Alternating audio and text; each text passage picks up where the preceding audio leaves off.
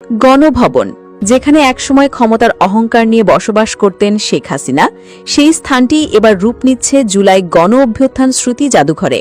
ছাত্র জনতার জীবন আর ত্যাগের বিনিময়ে যে গণ অভ্যুত্থান, তার স্মৃতিকে সংরক্ষণ করতে এই উদ্যোগ নেওয়া হয়েছে। সেখানে বিশেষ স্থান পাচ্ছে শেখ হাসিনার পালিয়ে যাবার সেই দৃশ্য।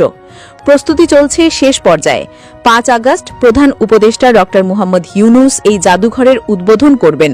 সংশ্লিষ্টরা জানিয়েছেন, জাদুঘরে থাকবে জুলাই আন্দোলনের নানা স্মারক, শহীদদের পোশাক, চিঠি, সংবাদপত্রের কাটিং, অডিও ভিডিও, গুরুত্বপূর্ণ নথি। এর পাশাপাশি থাকবে শেখ হাসিনার ক্ষমতা হারিয়ে পালিয়ে যাবার ভিডিও ফুটেজ ও স্থিরচিত্র। এটি থাকবে বাংলাদেশের ইতিহাসে গণরোষে শাসকের পতনের একটি দলিল হিসেবে। বাংলাদেশ জাতীয় জাদুঘরের সচিব জানিয়েছেন, মন্ত্রণালয়ের অধীনে সরাসরি এই কার্যক্রম পরিচালিত হচ্ছে। তিনি বলেন, ৫ আগস্ট প্রধান উপদেষ্টা নিজেই জাদুঘরের উদ্বোধন করবেন। জানা গেছে, এই জাদুঘরের জন্য দেশের নানা প্রান্ত থেকে স্মারক সংগ্রহের কাজ করছে আর্কাইভ ও কালেকশন টিম। বিজ্ঞাপন দিয়ে জানানো হচ্ছে, কারো কাছে যদি থাকে জুলাই গণ অভ্যুত্থানের কোনো স্মারক, তা যেন জাদুঘরে পৌঁছে দেওয়া হয়।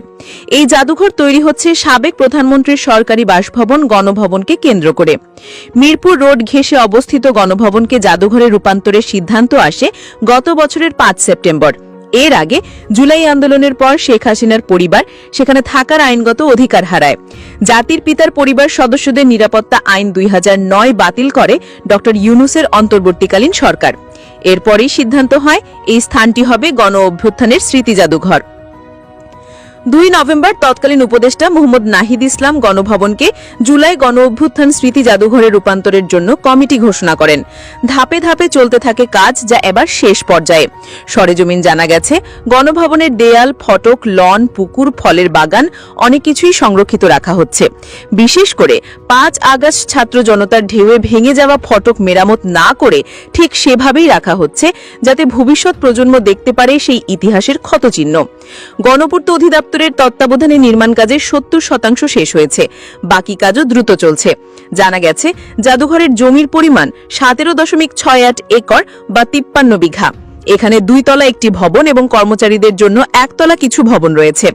গণভবনকেই মূল জাদুঘর হিসেবে সংরক্ষণ করা হবে। সেখানে থাকবে বিভিন্ন প্রদর্শনী, অডিও ভিজুয়াল আর্কাইভ, আলোকচিত্র প্রদর্শনী ও ঐতিহাসিক দলিল। দায়িত্বপ্রাপ্ত কর্মকর্তারা জানিয়েছেন, এই জাদুঘর হবে শুধু স্মৃতির নয়, শিক্ষারও। ছাত্রদের জন্য থাকবে বিশেষ গাইডেড ট্যুর। এছাড়া নগরবাসীর জন্য খোলা থাকবে জাদুঘরের লন ও বাগান এলাকা। সেখানে মানুষ ইতিহাস জানার পাশাপাশি প্রাকৃতিক পরিবেশও উপভোগ করতে পারবে। এটি হবে শহরের বুকে ইতিহাস ও সবুজের একটি মিলনস্থল। গণপূর্ত অধিদপ্তর জানায়, জাদুঘর ক্যাম্পাস